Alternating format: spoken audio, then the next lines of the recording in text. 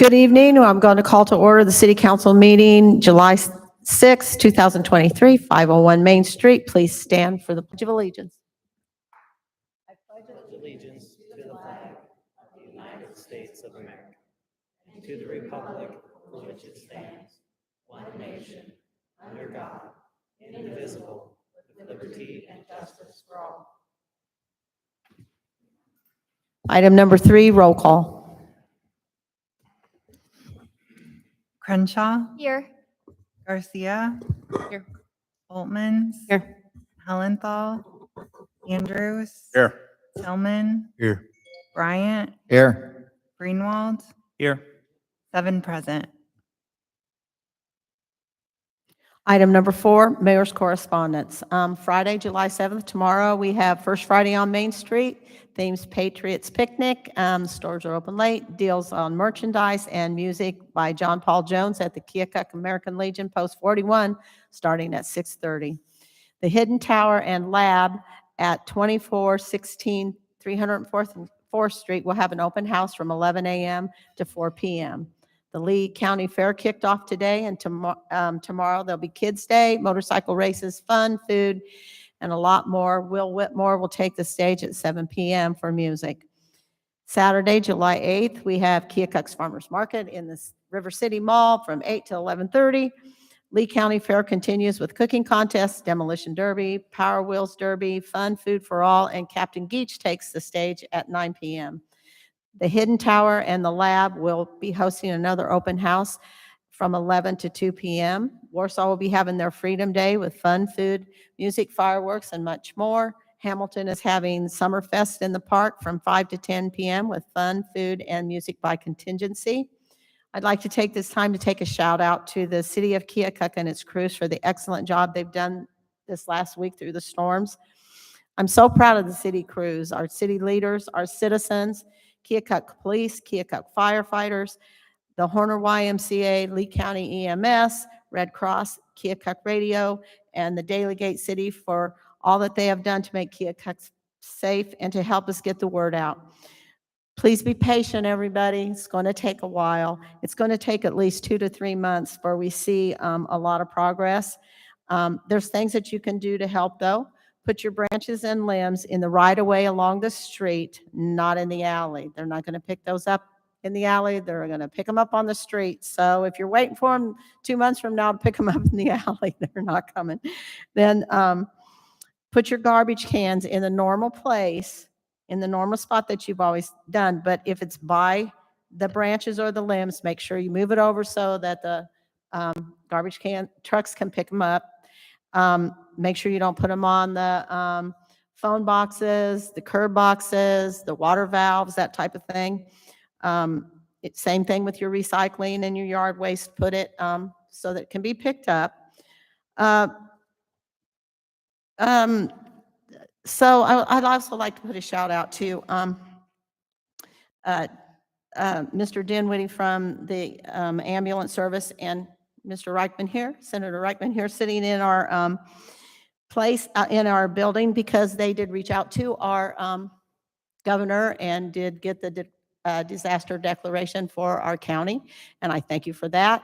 There will be in the newspaper and in the next few days so that you can get a grant if you have damage, and up to almost $5,000. But make sure you keep your receipts, take pictures, and you'll be able to read what it entails, and you'll be able to get that.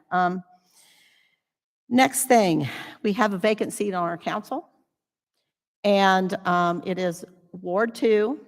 Linda Altight has moved out of the ward, and so we have a vacancy.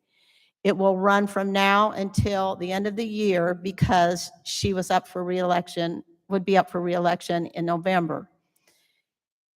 If we do not have anyone apply or apply, and right now it's just an application. If only one person applies, we can look at that. If not, we would have them meet before the council, and we would have them speak to us, and then the council would decide who it would be. It's a good time to get your feet wet if you'd really like to do that. You could try it out, and if you don't like it, you don't have to do it till the end of the year. But if you like it, you can run again. The thing is if that doesn't happen, then we have to have a special election. That costs the city money. A special election for about 2 months. So anyway, if you know anybody in the second ward, please encourage them to come and run. It would be great for us. Again, everybody, please be patient, kind. We're all in the same boat. Help your neighbors and your friends. Keokuk's a great place to live. Be the good. Item number 5, citizens' request.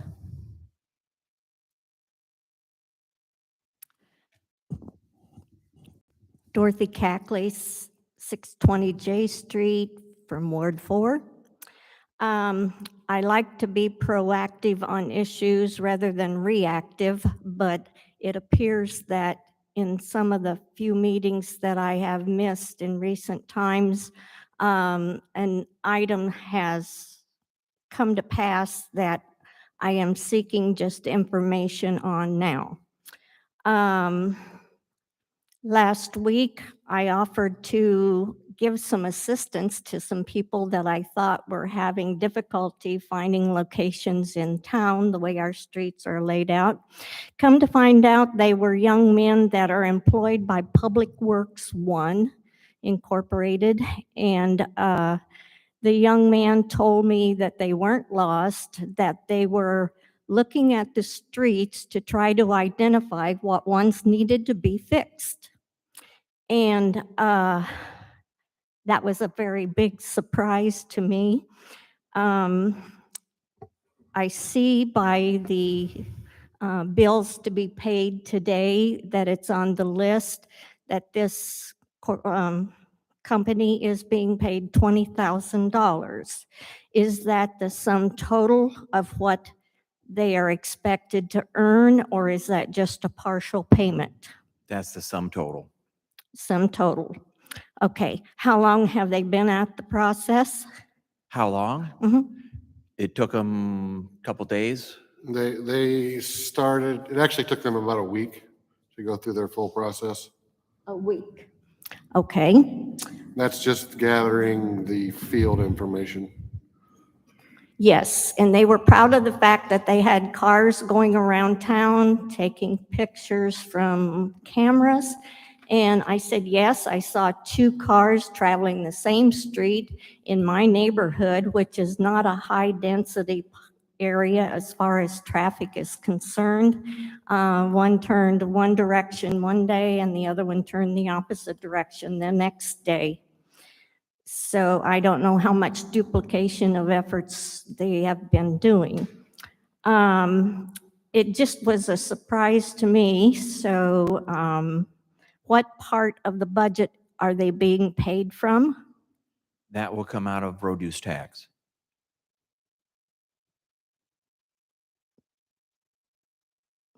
Okay, and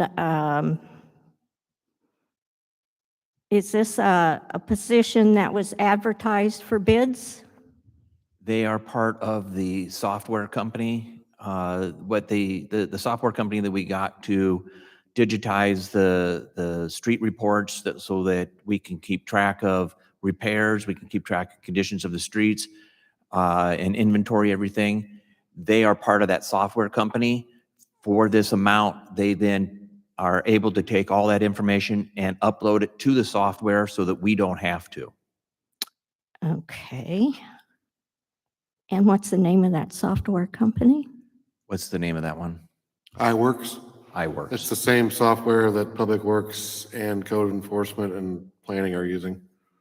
Okay. And did the entire council vote for this? Yes. Yes. Yes. Okay. I can understand now perhaps the software end of it. It came across to me as bringing somebody in to analyze the streets to see what ones needed fixed, that perhaps someone locally was trying to dodge the bullet by saying that this company recommended that you fix this street, and this one first. No, what they do is they're inventorying the conditions of the street. And it's not, they misspoke when they said to see which ones need to be fixed. They inventory the conditions of all the streets, give them a rating, which then once we have the software, we can then bring that before the council and say, here's what we have for money, here's what we're looking at for streets, what ones do you want to do based upon the council's prioritization? Okay, so if the constituents wish to have any influence on the council's decision, then they need to be contacting individual council people to let them know what they think streets are required. I would say, Service. well, I would say that they need to pay attention to what's going on with the council, because when that is presented, that would be a good time for them to then contact their council members, because until that is presented to the council at a workshop, the council doesn't even know what the prioritization or what the conditions of the streets are. Okay, all right. Because I thought it was strange that we had a public works director, we have policemen that travel the streets, we have firemen that travel the streets, and we've got 9 council people that should be cognizant of what the desires of their constituents are. So I'm glad that we still have some time and it's not reactive like with the turbine. Well, what I will say is that their analysis goes deeper than just driving the streets and observation. Okay, thank you very much.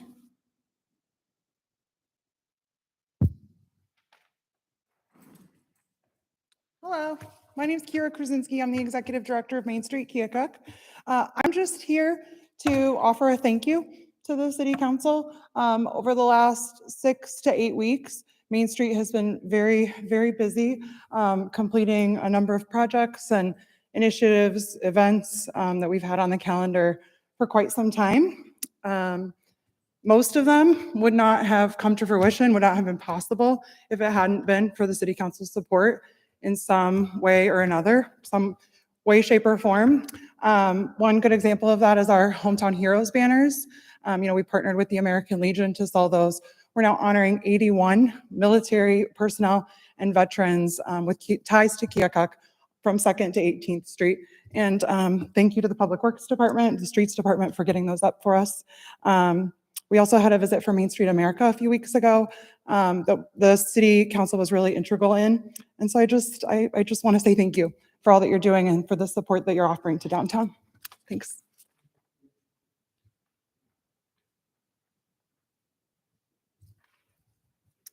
Barb Smith, I live at 2113 Logan Drive, and I don't know what ward that is, so thanks to whoever is in that ward. And I want to also thank you all for the city's great response, in my opinion, to the derecho, and everything Kathy said, I agree with. So, but what I'm really here for is a very quick request that the fireworks ordinance be reviewed. There are negative impacts to people, to animals, big and small.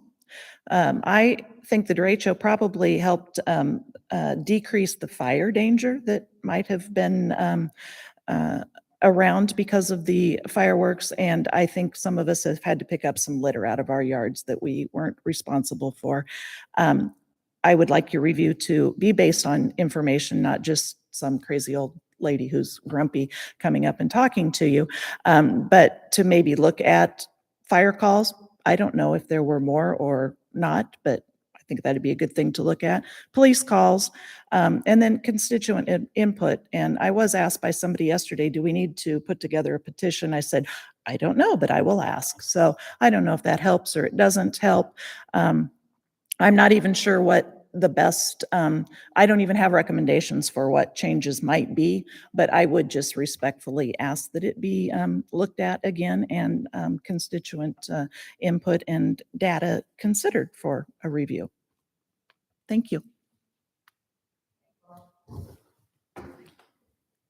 Any more citizens' requests?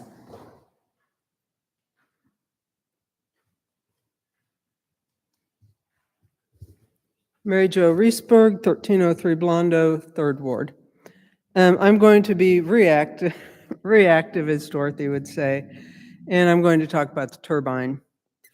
I went to the supervisors meeting this week, and I'll just address some of the things they said. They wanted to know why there were no objections 2 years ago, and I can just give my reason and a lot of the people that I know.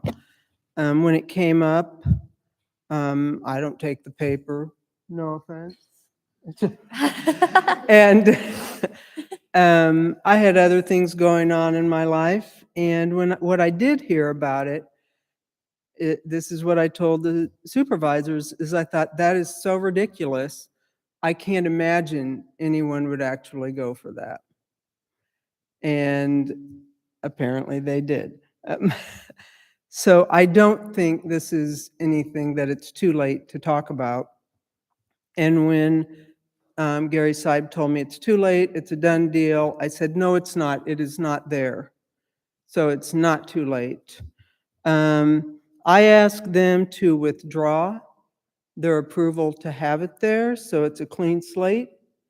I gave them my reasons for why I didn't think it should be there, why I didn't think it would be a boost for tourism, other things that the Dam Museum could be doing to increase their foot traffic. And I won't go through all of those.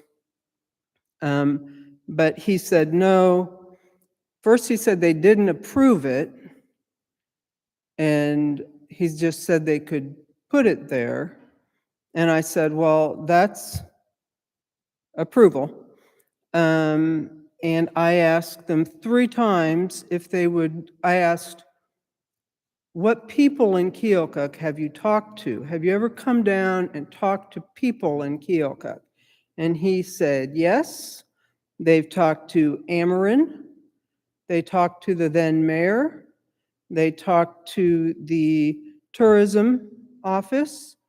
They talked to the Lake Cooper Loop, and they talked to the Dam Museum. And each time I told him, those are not the people of Keokuk. So I asked them, and I went through the difficulty I had getting up there at 10 o'clock in the morning. And so I asked them to come down some evening and listen to the people of Keokuk. And I said, you know, I might be wrong and nobody shows up. I said, or people might show up and be completely in favor of having it at Estes Park. I said, or it might go the other way. But I said, you owe it to us to come down and get our input.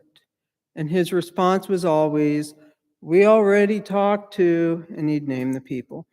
So at the very end, I said it again, and he decided to end with that they were not coming. And I said, I just want to be clear on this. You're saying that the board will not come to listen to the people of Keokuk on this issue. And he said, no, we will not. So I think that's important for the council to know, for the people of Keokuk to know, is that they've decided that this gets to go there regardless of what people might think, because they're not going to ask us. And they don't think they need to ask us because our opinions are not important, because they've asked the former mayor and they've asked these organizations, most of whom have an interest in having it there. So as part of this discussion that I had with the supervisors, they continued to push it off on the council. The city council doesn't want it. The city council won't make a decision. So we're not going to do anything. They didn't want it 2 years ago. They don't want it now. We don't hear anything from them, which I don't think is completely true. I gave my council person enlarged copy of a postcard that was from the time that the dam was built that showed what one of these turbines looks like. And it's of it on its side. So not the way they show it. but it gives you an idea of what it looks like with people next to it. It shows you how really, if you wanted to get an idea of what it was, you would present it differently than just flat down with the mechanical architecture of the blades flat on the ground that show what it's for. But I'm 5'7". So if I think of this thing as being 9 feet tall, that's quite a bit taller than me. If I were there with my 3-year-old grandson, that's quite a bit, if we went to look at it, that's quite a bit taller than him. It's a pretty massive structure. Like I said, I'm 5'7". It's 14 feet at its base. You can see from that picture what 14 feet is relative to those men. Okay, so me times 2 is under, I do the math. How many times is that me laying on the ground? That's more than me laying on the ground twice. Diameter, that takes up an awful lot of space. A lot. And it's a big piece of metal absorbing heat in a park. And so what I want to ask the council to do, since I don't know the history of why the county owns a park in the middle of our city, I don't know the history behind that. Maybe somebody does. It's completely illogical from my point of view, why we would even want that. I would think we would want ownership of that. As someone who's had events there, to have to go and get permission from the county instead of the city to do something there. But I want to make a request that the council take ownership of that. And make it clear to the supervisors that you want that done. If that requires that you ask them to remove their approval, do so. But I think that belongs and should belong to the city. It's in the middle of our city. It's in the middle of our downtown. They shouldn't be able to just do whatever they want with it without the input from the people of the city of Keokuk. So that's my request to you. Can I add something real quick, just because we're on the topic? But after the last meeting, when Erica Barrett came to speak to us, I can't speak for everybody, but I do know that 3 of us, including myself, did email the Board of Supervisors.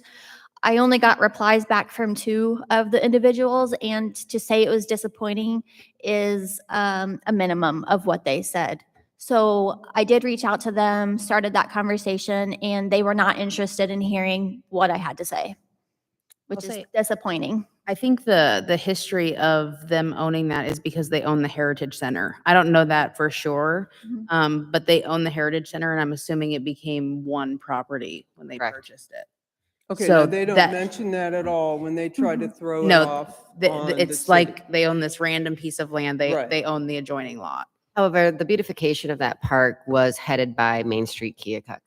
Yeah, I'm just saying like that is why they have it. It's not that here's this park. They happen to own the Heritage Center. It was supposed to be a community center for the community. The county tried to do that. They have a Newberry Center in Fort Madison, the same principle. That's how they own. Do they own the Pocket Park? They own Estes Park. They own it too? Yes.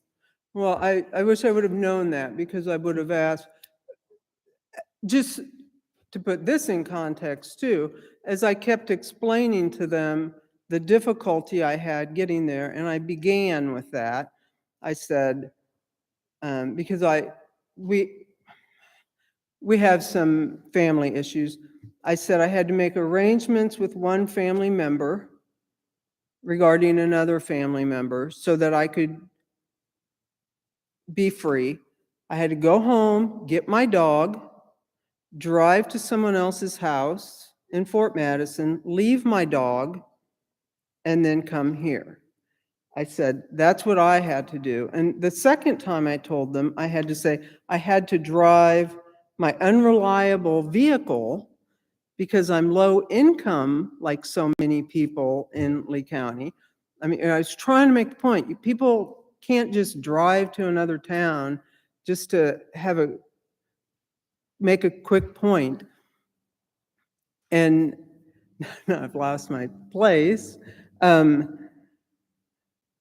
darn, I need a pen up here. You're okay.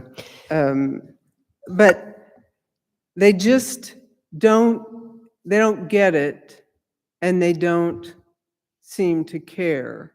I believe the mayor went to one of their meetings and asked them to make a statement, right? Yes, I did. I went to talk to him about the turbine, and I went to talk to him about the hospital. Their answer to me about the explanation for the turbine was the same as everybody else is getting. It was, it's over, it's done with. They've already had the vote. Some of them were not were not supervisors at the time. They do not, they believe that if we want something done, the citizens of Keokuk should do it. And I said, well, we don't own the property. And we're just all I was asking for, I wasn't asking for not to do it, or not to put it there, or to put it anywhere else. I was just asking for a statement of the history of how this all came about, so that the citizens of Keokuk could better understand. I wasn't asking them to move it, to put it anywhere else. I will tell you that I wasn't treated very nicely. I will tell you that one of the supervisors cussed in front of me while the other ones laughed at something that means a lot to the city of Keokuk. So I was very offended, very, very offended. But then there was an article in the newspaper that actually kind of summed some of the stuff up that I had gone talk to him. And the article in the newspaper was good. Whoever wrote that article did a nice job. But I will say I was very offended when I left. Well, I tried to make the point that, I said it, I said, 3 of you are retired. I said, 2 of you live in Fort Madison. 1 of you is self-employed and can work your schedule around the meetings. And I said, 1 of you, the board changed your date and meeting time to accommodate you.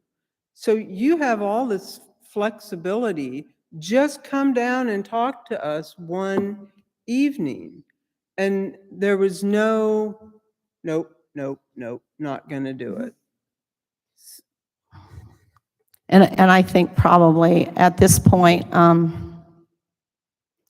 don't know what's next, but I think maybe, the citizens of Keokuk or somebody needs to get their heads together and talk about it, because, I mean, we're talking right now and we can go on and on and on, but at this point, we've already been told that they're not going to change, and it's their property. I guess I'm at a loss. I wanted just the history, and it did end up in the newspaper some, so. Well, can the council make a public statement that they would take it? Well, That if that parcel could be, Like we've discussed, I would assume that if they've given approval, it would be a lien on that property. well, that's what I said. I also said that. So to they would them. have to remove approval. That's why I asked. I said that if I were on the city council, I would not want to take it as is with that approval, because it may not be officially a lien, but it would function as a lien. And I looked at Ross Braden, and I'm like, and he didn't disagree. And I said, so if it were me, I would require that you remove your approval before I took it. Yeah, and it So it's- also adds work to our departments that are already short-staffed. So that's my, Well, I think that because, again, we could sit here and do this for a long time, I think maybe this might be something that maybe we need to have a workshop about at a later time, and discuss what the city council thinks they should do. Maybe invite one of the supervisors, maybe invite the people that from the Big Dam Museum, and then citizens that are for and against it. And I think probably that's how we're going to have to handle it. So we'll talk about it and put it to a workshop. I think that's a good idea. Thank you. Okay, thank you. Thanks, Mary.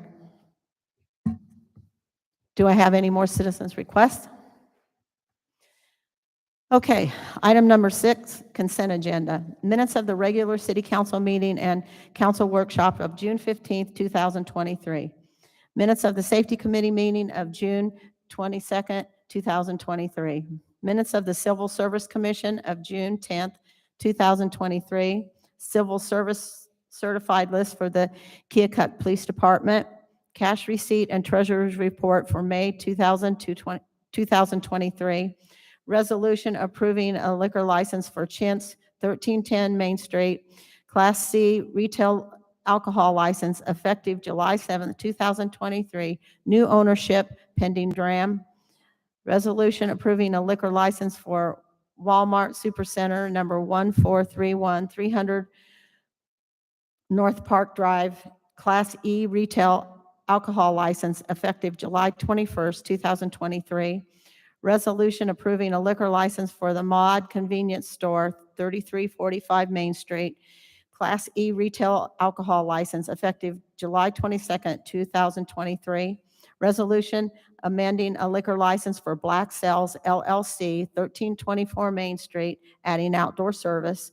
Resolution approving a liquor license for Hy-Vee Incorporated, temporary premise transfer, 5-day term, July 27th through July 31st, Keokuk Rock on the River Festival. Special event permit, Radio Keokuk Rock on the River Festival, July 29th, 2023, 5 p.m. to 11 p.m. at Victory Park. Special event permit, Lucky's Irish Pub and Grub, 528 Blondo, Rolling on the River, August 19th through the 20th, 2023, 7 a.m. through 2 a.m. And special event permit, Big Dam Street Festival, Lake Cooper Foundation, Street Fair and live music in Victory Park, October 5th through the 7th, 2023. Motion to pay the bills and transfers listed in registers number 5347 through 5350. Do I have a motion to approve the agenda, including the consent agenda? Madam Mayor, I'm going to abstain from voting on this. Thank you. Second. Any discussion? All those in favor say aye. Aye. All opposed? Item number 7. Now is the time and place for a public hearing on the development agreement with MBMRE LLC Green Oak Development. A public hearing notice was published in the Daily Gate City on June 23rd, 2023. I am opening the public hearing at 6:03 p.m. The agreement is with MBMRE LLC, doing business as Green Oak Development, for the renovation and redevelopment of 619, 623, 625, and 629 Main Street. The agreement provides for the project to receive all grant funds applied for and received by the city, as well as the following incentives from the city: $300,000 in ARPA funds, $50,000 cash payment for 5 years funded by TIF, a 10-year TIF rebate equaling $130,000, refund of property purchase price upon completion of $25,000. It does have owner equity in the project estimated at $1.4 million. I was advised by our attorneys on that worked up the development agreement that there is a code within the state of Iowa that says that when we intend to have a do competitive bidding process, the council has to have a 30-day notice of the intent to sell the property. By setting the public hearing on June 15th, the attorney says that qualifies as the intent to sell the property. So I'm going to ask that the public hearing be recessed and reconvened on July 20th, at which time that will have satisfied that requirement. But I can take any questions on the development agreement or anything else during this public hearing as well. Any discussion? I think Dan Long's here. He wants to ask a question. Come on up, Dan.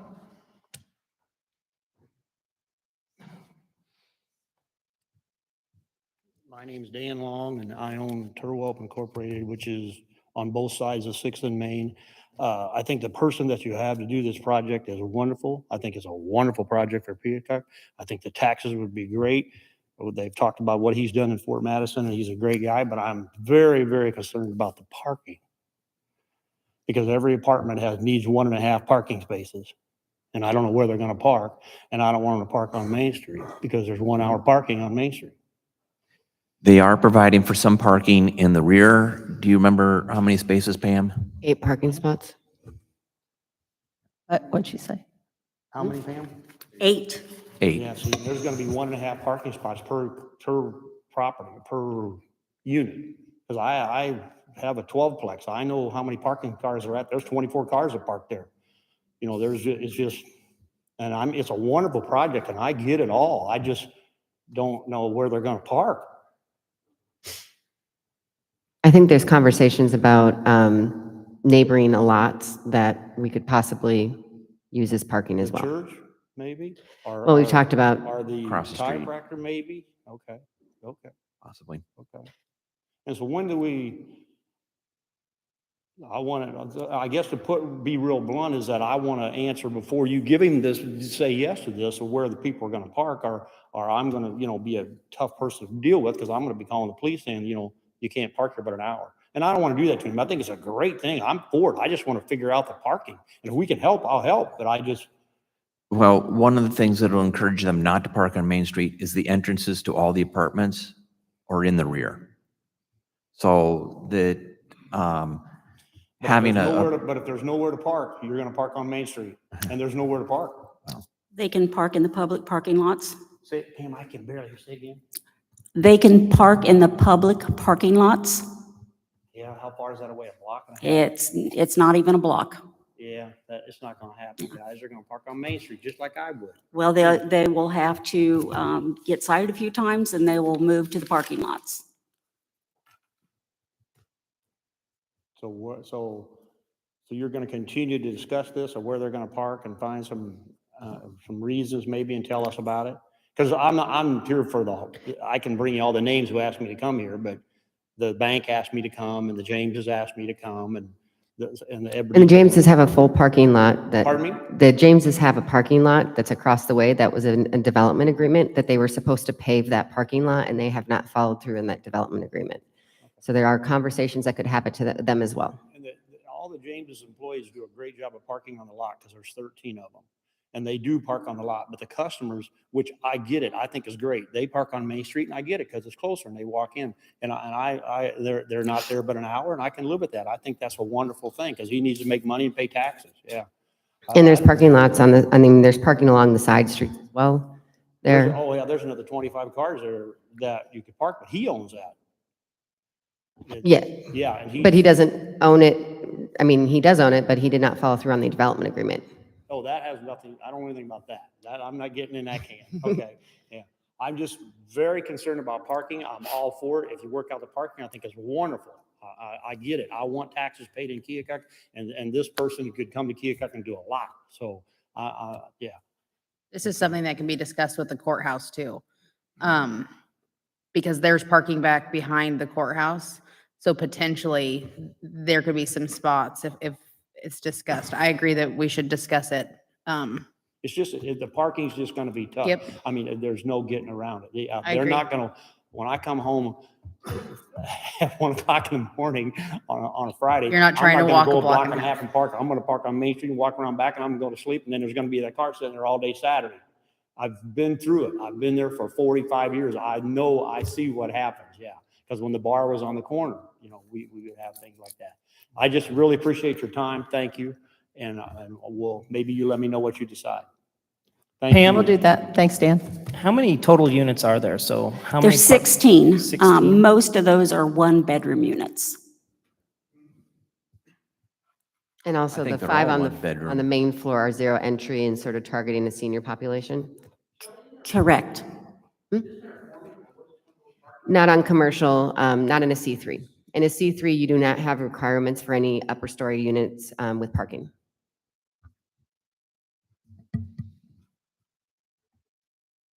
Okay, any further discussion? So this will be, Need a motion to recess. Motion to recess? any discussion? All those in favor say aye. Aye. All opposed? Okay, so we don't need to do B, right? Consider it approving? Huh? Okay. Item number 8, now is the time and place for a public hearing on zoning amendment. A public hearing notice was published in the Daily Gate City on Tuesday, June 27th, 2023. I am opening the public hearing at So a public 6:10. hearing, whoops, I'm sorry. A public hearing is required for zoning code amendments. There were several amendments discussed at the June 1st, 2023 council meeting workshop concerning ground floor dwellings and front yard setbacks. The Planning Commission met June 26, 2023 to review proposed amendment recommendations were to approve. Main Street noise was a concern. Planning Commission discussed sound noise control features should be implemented. If the council would like, there are 6 actual amendments to the actual zoning code. Subsection 25 is going to be added to section 2040-020, which is a C2 general commercial district. This would be the ground floor in below grade dwellings as provided in section 2068-020-28, which would be a special use permit. The same thing with section 20 would be added to 2044-020, which is in a C3 central business district. That would be an allowable use with a special use permit. Subsection 1 of section 2060-040, front yard. This, the only thing that was added to that is that we specified in any R or C1 district where 40% or more of the frontage on the same side of the street between 2 intersection streets is developed with buildings that have observed a front yard greater in depth than required in this title. New buildings shall not be erected closer to the street than the average front yard. This request was from Neiman Foods. Mr. Rainey is here if anyone has any questions. For that, that would be for a structure to be placed closer to, it would be closer to Main Street than what it would be allowed if the code was not changed. Section 2060-090 table of height and area requirements would be changed to where one family dwelling would be required to have 6,500 square feet of property per lot. A 2-family would be required to have 4,350, and multiple family would be 750 square foot per family per area. Subsection E of 2060-100, prohibiting ground floor and below grade units within a specified area is repealed, and section 28 is added to 2068-020, which is a designated special use. And then it has ground floor and below grade dwellings in a C2 general commercial and C3 central commercial district, provided the following standards are met as indicated on the application containing the following information. This section established adaptive reuse, development, and design standards and procedures for ground floor or below grade dwelling in a C2 or a C3 central commercial zoning district. Permit required. No dwelling or multiple dwelling as defined in Title 20 shall be permitted within a C2 or C3 zoning district that is on the ground floor or below grade of any existing or new building unless a special use permit is obtained through the Board of Adjustment. Development and design standards, site floor elevation plans shall be reviewed and approved through the Keokuk Architectural Design Committee, and about allowable use other than residential must account for the floor area equal to at least 50% of the total ground floor area of the buildings on the property unless otherwise granted an exception by the Board of Adjustment. Upper story residential units shall be a component of the development project. Mixed-use development projects along Main Street District Corridor shall maintain a commercial appearance and that is consistent with the historic character of the district. Whenever the front wall of a building corresponding with or is within 10 feet of the front line and one or more residential units are located in that portion of the building that is directly adjacent to the front wall, the following shall apply. Windows and door glazing for residential units on the ground floor below grade shall be translucent, such as tinted glass blocks, etc. A commercial awning or canopy shall be installed at the windows doors directly adjacent to the public way of the ground floor dwelling units. As it pertains to this section, public sidewalks adjacent to ground floor dwellings may only be used for benches, flower pots, or appropriate outdoor decor, and only when approved by the city council. C on that is ground floor residential units with elevated stoops are required to obtain a special use permit, but subsection B, 2, 5, and 6 are exempt from the development and design standards.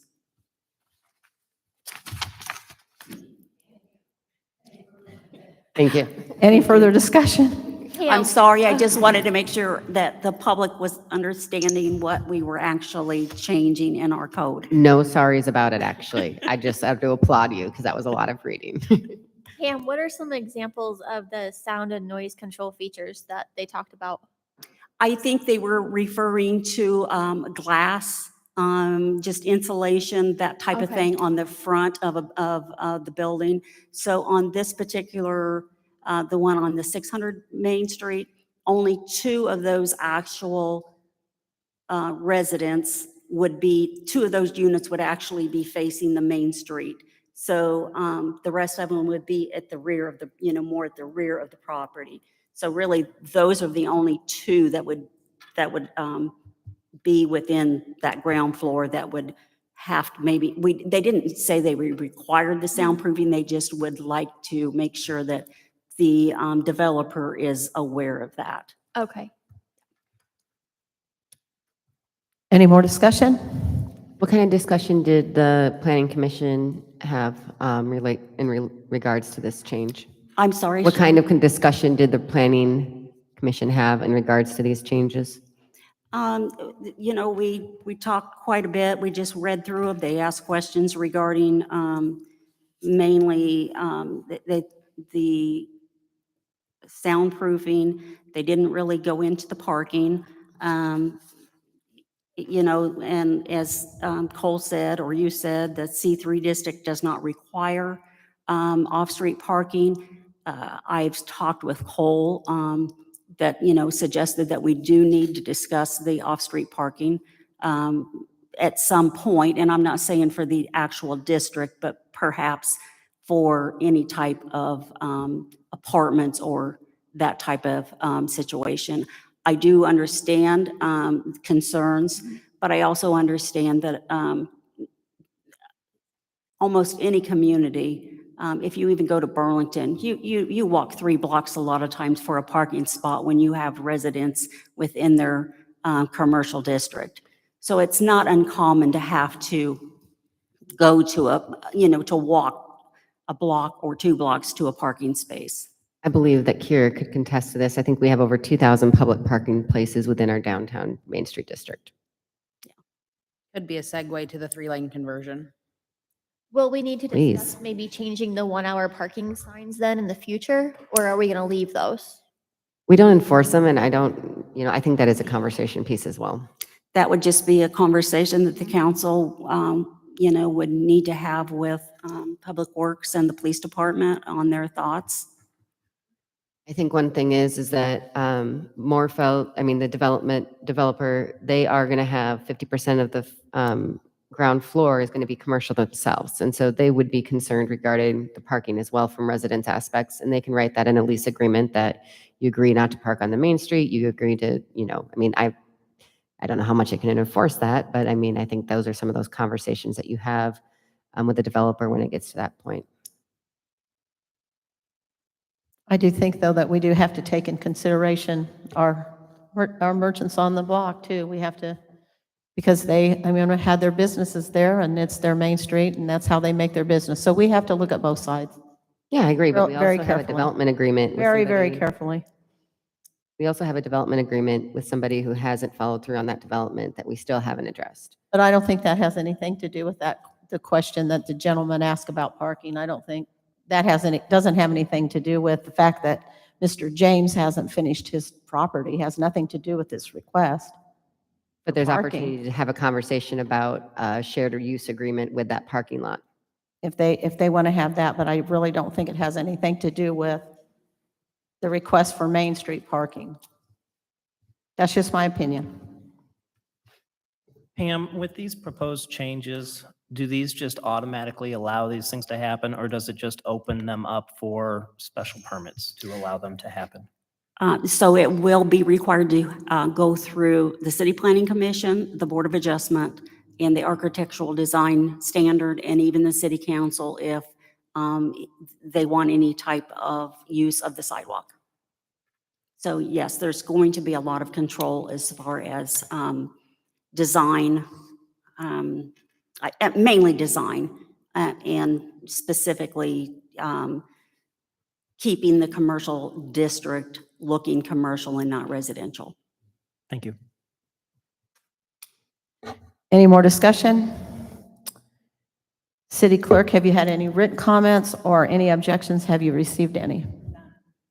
So with that being said, I will close the public hearing at 6:21, and we'll go on to item 8B. Motion to approve initial reading of the ordinance amending Title 20, Section 20.40.020, 20.44.020, 20.60.040, 20.60.090, 20.60.100E, and 20.68020. Do I have a motion to approve? And I need a roll call. Second. Any discussion? Roll call. Crenshaw, Aye. Garcia, Holtmans, Aye. Andrews, Aye. Tillman, Aye. Bryant, Aye. Greenwald, Aye. Okay. Can I get a motion to waive the second and third reading of this ordinance?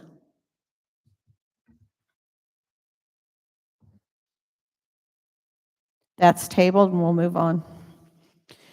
Item number 9, motion to approve initial reading of the ordinance amending section 13.08.060 Keokuk Municipal Code regarding Class 2 sewer rates. Motion to approve. So moved. Second. On May 18th, 2023, the City Council approved and adopted an ordinance revising Chapter 13 of the Keokuk Municipal Code. This increased the Class 2 sewer rates. The language based on the existing ordinance set the rate at $7.36 per unit, with the unit defined as 750 gallons or 100 cubic feet.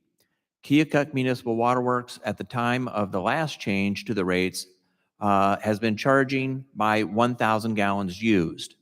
If the revised ordinance was followed as written, the increase would be closer to 47% instead of the intended 10%.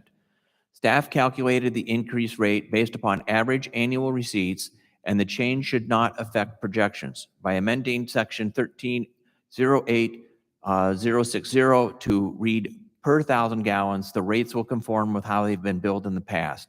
I am requesting that all 3 readings be passed tonight so that this can go into effect for the July billings. Did you have the waterworks approve, like, read this and make sure that it is correct? Yes. Any more discussion? I need a roll call. Garcia, I think we need to make a motion first, don't we? Oh, we already did, sorry.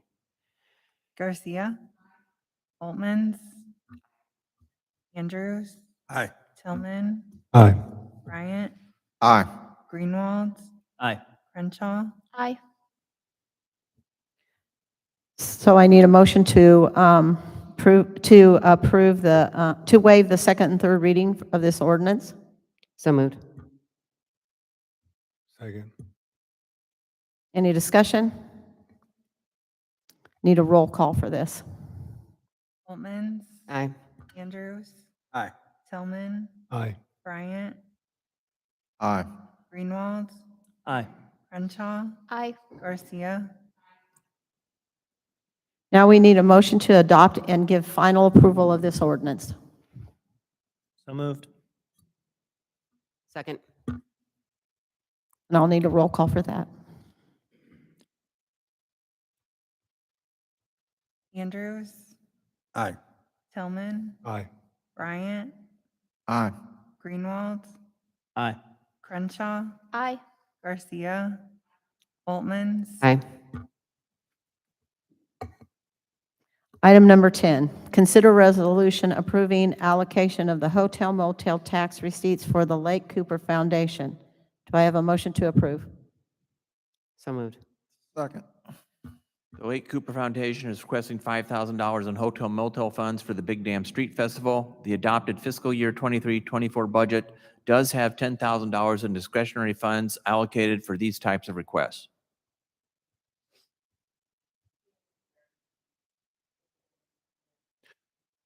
No, they don't, but there was a letter included in the packet.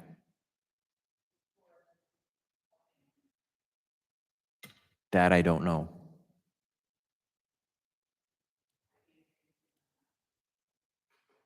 Does anybody know that, if tourism is helping? I haven't heard anything, no. Can't hear you. He said he didn't think they are. Okay. Any more discussion? Will you refresh my memory? We didn't talk about this event last time because it wasn't being held, right? Like, it wasn't planned for this year, but now it's back on? Correct. Okay. Couldn't find a carnival. They had trouble last year with the carnival and things fell apart, but then they have found another one. Okay.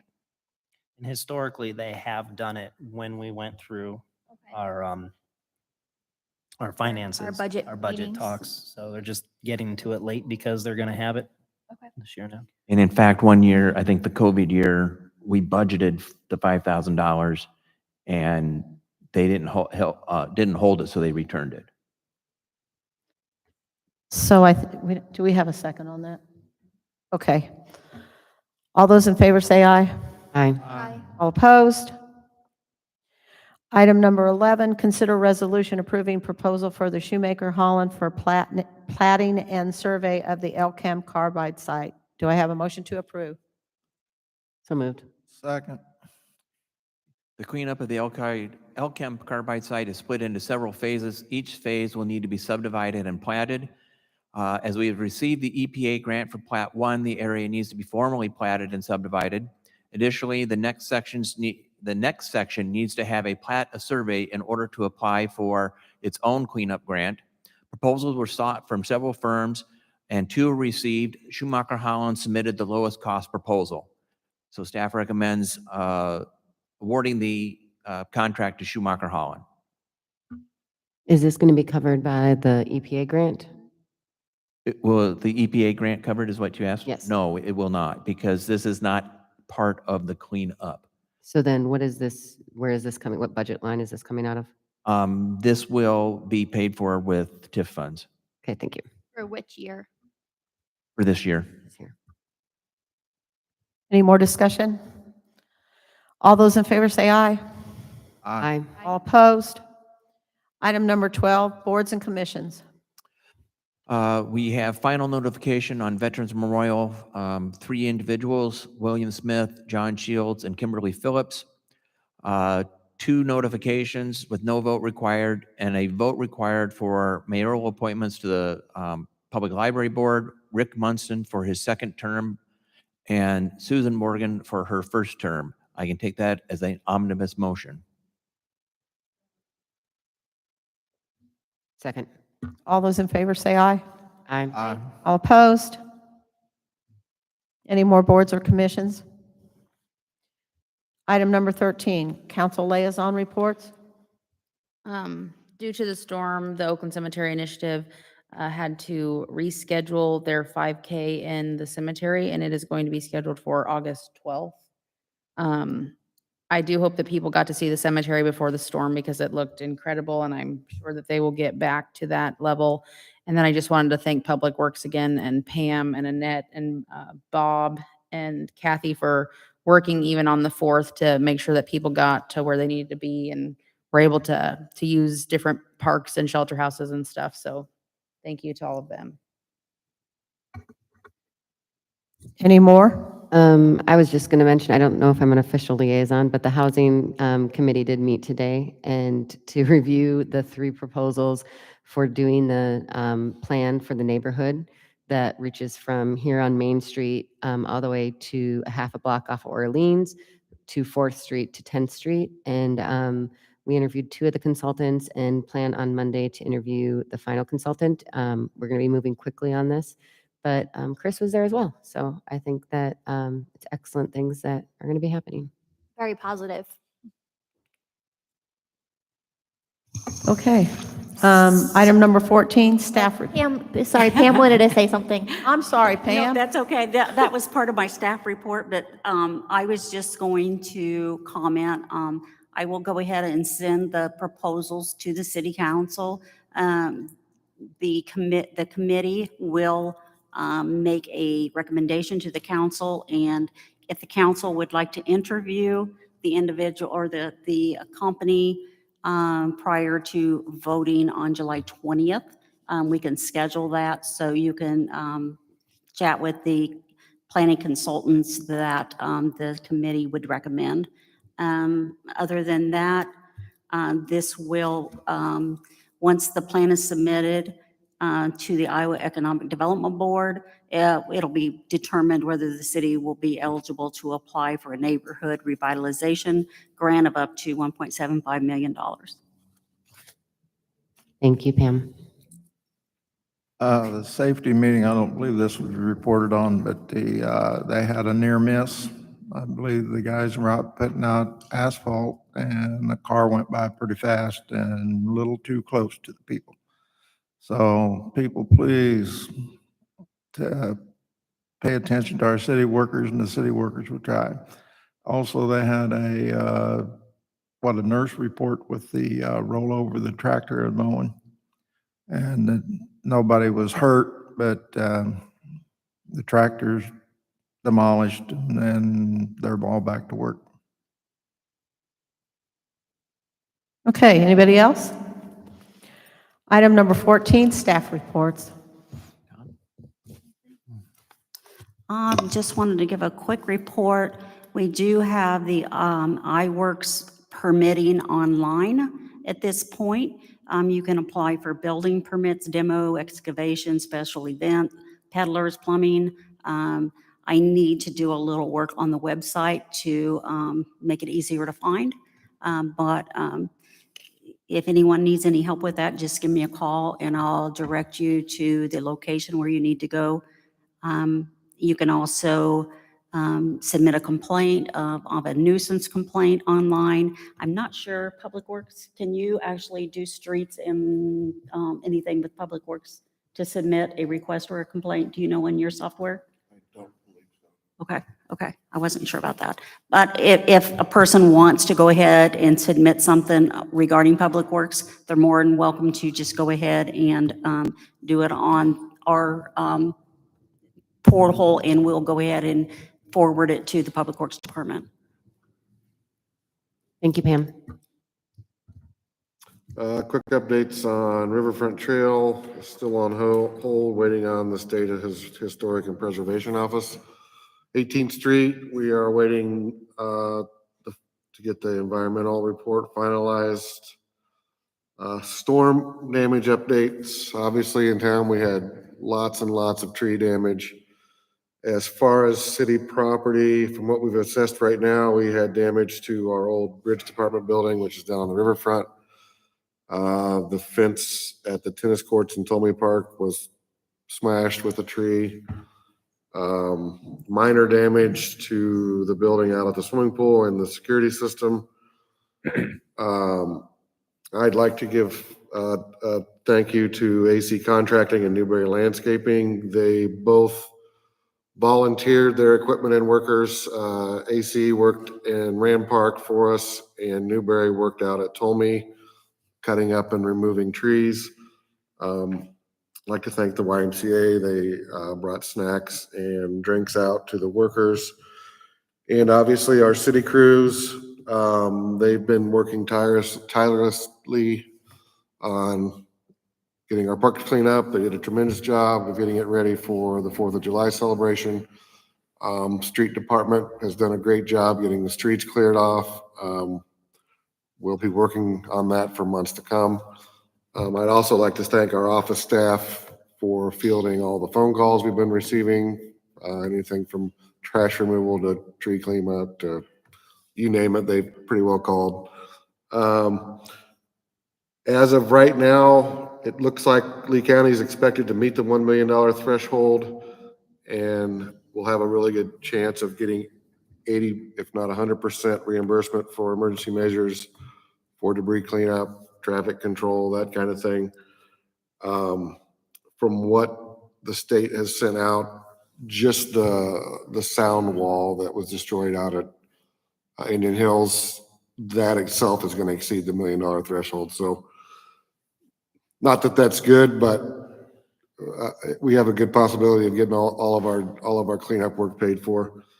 In the Public Works office, we're still working up damage estimates, cleanup estimates to get those submitted. That will take some time. The traffic light out at the Walmart intersection, it's going to be out for quite a while. It either got struck by lightning or had a massive power surge back into it. Our whole box was pretty well burned up. The wiring underneath the road is pretty well burned up. The camera system is also disabled on that. We've got that company we deal with coming out. I think they'll be here next week to do a site assessment on it. And then we'll have an estimate for what we need to replace on that, and then the time frame. Our last cabinet that went bad was approximately 2 months before we got it and the parts here. So just residents be cautious of that intersection. Are there any sort of temporary measures that we could put at that intersection? Temporary stop-go lights? So I don't think we own any temporary lighting. We do have the four-way out there, and we have individual stop signs on the outside of the lanes. I think we could probably recommend putting an amber light on top of those that flashes. Yeah, something at least that. Hopefully people start getting used to those lights being out and that being a four-way stop control intersection, but we will keep promoting that and having it put out on the airwaves and in the papers. But I think we do have probably an amber light we can put out on top of those stop signs. Thank you. And that's it. Just kind of reiterate what Brian said. The city did a great job. I want to thank the citizens also. They were out clearing the roads and helping as well. KVEC came out and did some traffic control to free up some of our guys so we could go help and clear some roads out.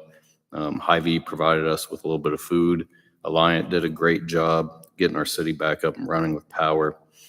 I had a lot of questions if the 4th of July was going to happen in the park. Our Parks Department did a really good job getting that cleaned up and making sure that we were able to have that event. With the storm, though, the police department, and I don't want to leave LECOM out either. LECOM did a good job handling the volume of calls that were coming in during the storm. But during that storm, our building did leak in a couple places. One in a hallway upstairs and one in the basement. And approximately 3 weeks ago, we also had one of the pipes crystallize in our men's bathroom, which caused a leak in the basement as well. So those are a couple issues that came up with the storm. But overall, I just want to say that the city did a great job handling this. And another bonus with our digital radio system that we went to, we were able to switch to a completely separate channel. So all of the agencies weren't fighting for airtime. We were able to directly communicate with each other without clogging the airwaves up. That's all I have. Thank you. I have 2 items. The LCAM site is still in the running for a proposal. LCEDG reported that there are 2 sites being considered, one in Colorado and one here.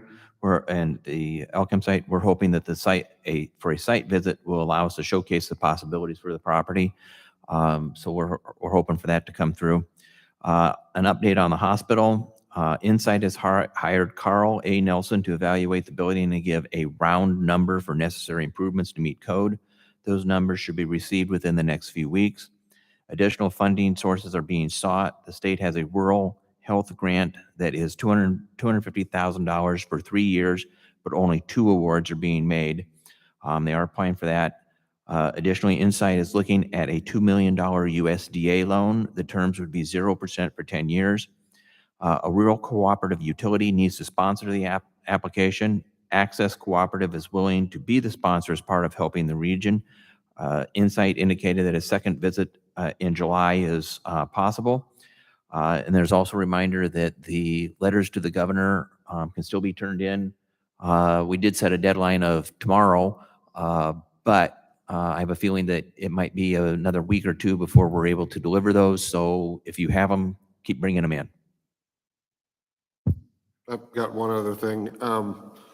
Volunteers from the Church of Latter-day Saints over in Nauvoo they're gonna send over volunteers this Saturday from 8 a.m. to noon to help residents clean up down trees and limbs in their yard.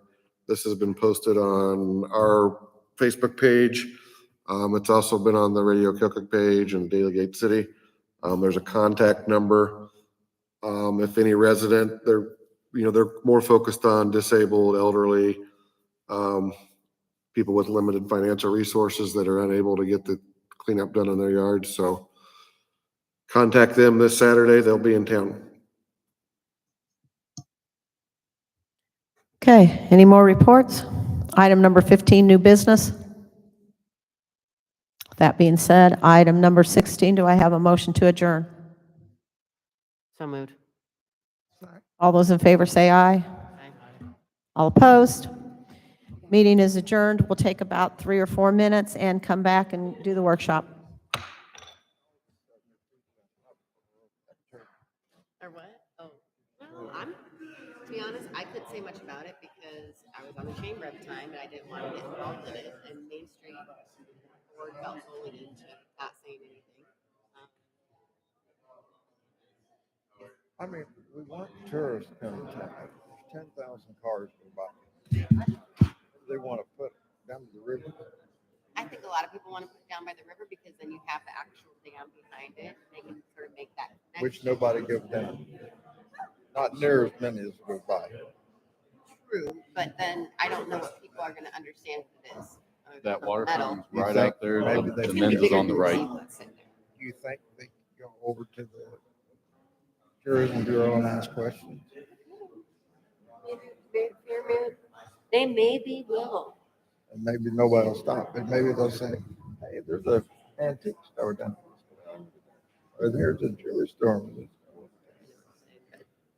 I think it's a struggle for me to feel that it's the perfect place and it's such a small part. As far as it being capable, Cider and Cherry is going to fix it. Where's Hamilton putting theirs? I don't know if Hamilton's doing anything with it because they don't want the liability related to it. I seen where they just put up pillars. They already did the, I don't know.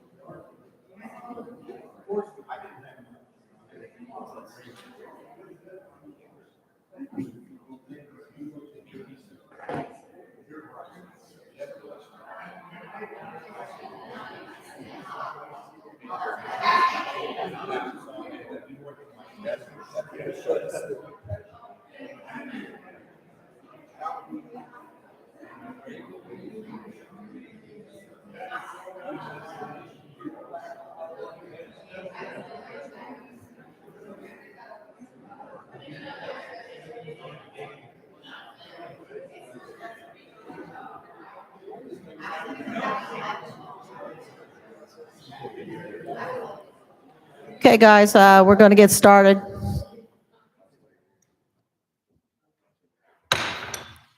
Call to order the council workshop, July 6th, 2023. The first item on our agenda tonight is Blue Line Solutions.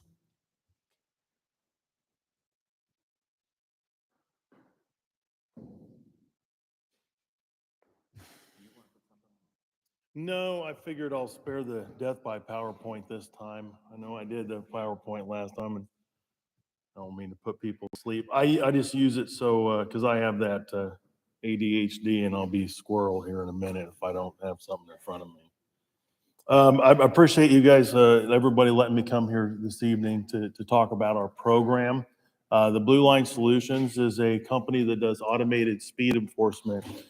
We've been doing it since 2012, but in January of 2020 is when we opened up to come into the state of Iowa. And when most people think about automated speed enforcement, you're thinking about programs you currently have in your state, which rightfully so. So I usually try to address a little bit of how we're different than your current programs that are in the state, which is basically putting cameras out on highways. And it, of course, I'm sure it changes driver behavior for a given portion of traffic. And of course, I'm sure it also reduces crashes, right, in those places where there's crashes are at the highest. Blue Line Solutions really is a company that took a focal point to do, in the state of Iowa, we can do speed enforcement just about anywhere, and we have done it in the state of Iowa. But even since we've rolled into this state, we've actually encompassed a program called the True Blue School Zone Speed Enforcement Program. And that's really where we like to hang our hat.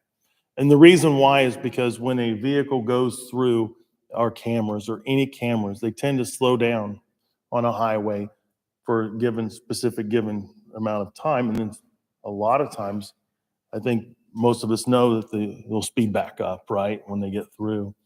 In the school zones, though, that's more acceptable because we're changing that driving behaviors in the school zone. In other words, they are slowing down for our school zones. So our program that we're introducing to the city here is a school enforcement program.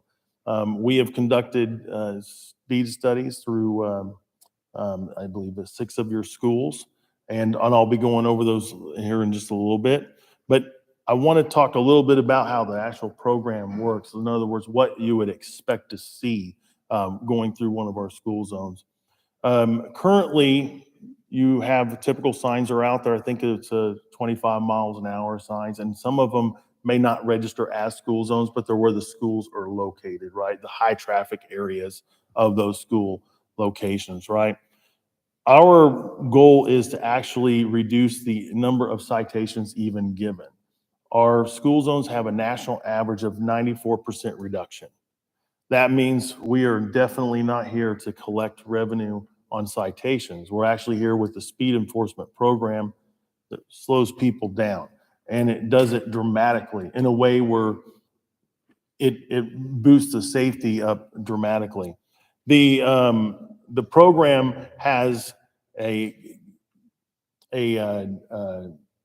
the way it's set up, it has 3 different warnings when it comes through a school zone. The first thing you have is your photo enforcement sign that would say photo enforcement ahead. I'm sure if you looked at your books, you'll probably see some of the things I'm talking about here. They actually have this photo enforcement sign, and then the next thing they see is a speed awareness display. I think a lot of us have seen feedback displays showing us how fast we're driving, right? I mean, they're out there. And then the next thing it has is, of course, your current speed signs that you have in place. And then if you're still going above whatever thresholds determined by the city, then you would actually get a citation. Typically, those are 11 or more. But the program that we had done here today also includes, for the school zone, would actually also include the automated license plate readers as well. So basically, these are devices that capture license plates and run them through the state lists on what we call state Ebola or lookout lists, or such as stolen vehicles or any type of Amber Alerts, any type of hot list that the police department puts in there would also be recorded in those. The program itself, if you follow along with me in the book, is at no cost to the city. It's a split on the actual citation. There's no maintenance costs, there's no back end software costs or any of that. It is 100% on our company to keep the program up and running, to certify the equipment. It does not have any reflect on you guys or any out of pocket for that. When the citations are sent out, they're sent out for once a month for 3 months. After that, it goes into collections, and then it would come back over for an administrative hearing, or however you guys would like to set it up as far as your ordinance. Our program is also extremely unique into the state because we have a program called Public Information Education. Our CEO helped bring the click it or ticket from a state level to a municipality level, and he brought that when he was working for Governor's Highway Safety to this company here. We partner with you and our PIE, or Public Information Education gal. She's also former PIO officer who can work with your city to get information materials to the citizens. In other words, if you think about click it or ticket, it's rolled out in the same manner. We let people know this is coming. We let them know the stats that we've received. We let them know the progress. We also inform them about what this program is going to do, 5 things they need to know. There's all sorts of material that we use to be able to educate the public as well. Within a certain period of time, it's usually it's calmed down to where your public is definitely known about it. Our reduction is at 50% prior to the first citation that's ever being written. That means through the warning period with the public information education, we're able to reduce speed 50% before any citation is payable. If that makes sense to you as well. The program in other locations such as Georgia has a 96% reduction as well. And I have numbers and stats. And if you look through your books, you're going to find quite a few of those. Your current studies, I'm going to kind of jump to what we've done here in the field.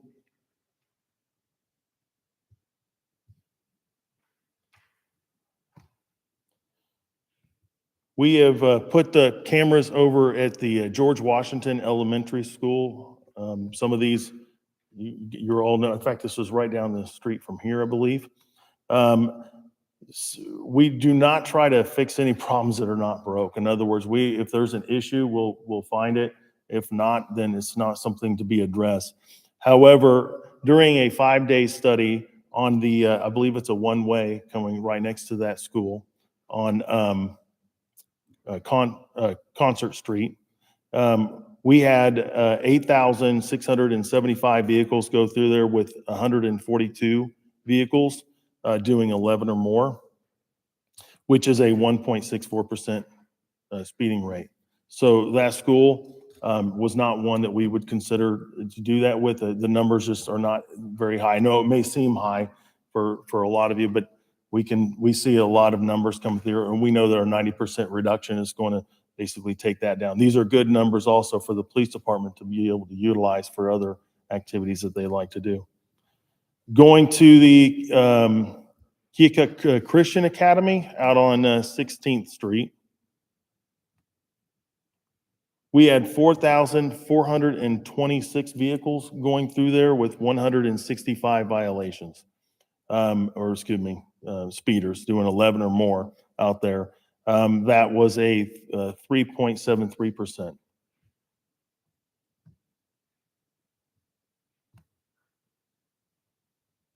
Over to Keokuk Catholic School on Plank Road. We had 14,497 vehicles go through with 279 vehicles doing 11 or more. That was 1.92%.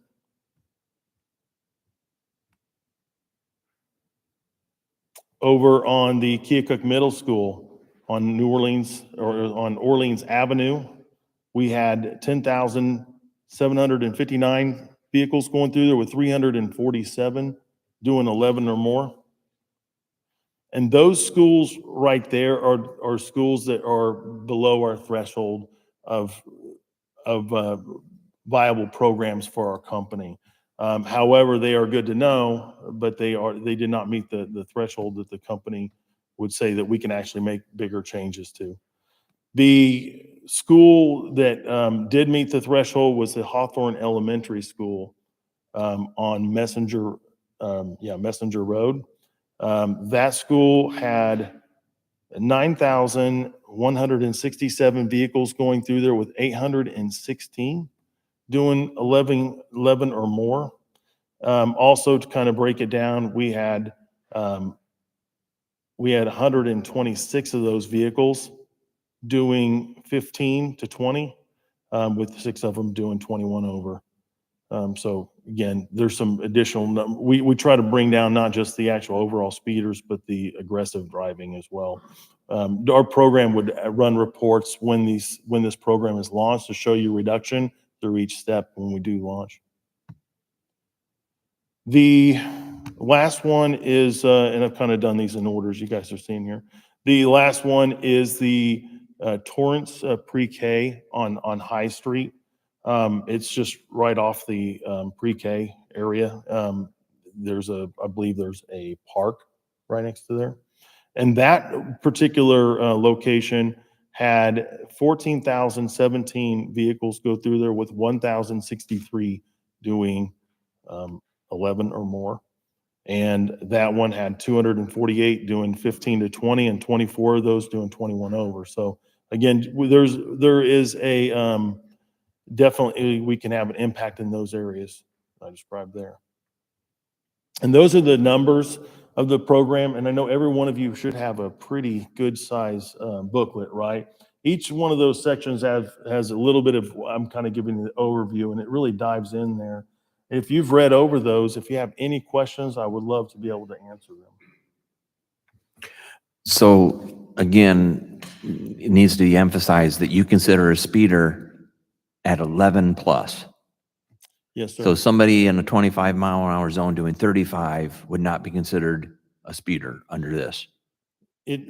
We just do it as a report structure. If I gave you everybody doing 1 over, it would be half the I'm not cars. looking at one Right. over, but I know that on speed cameras such as on highways, they give you 5 and that's it.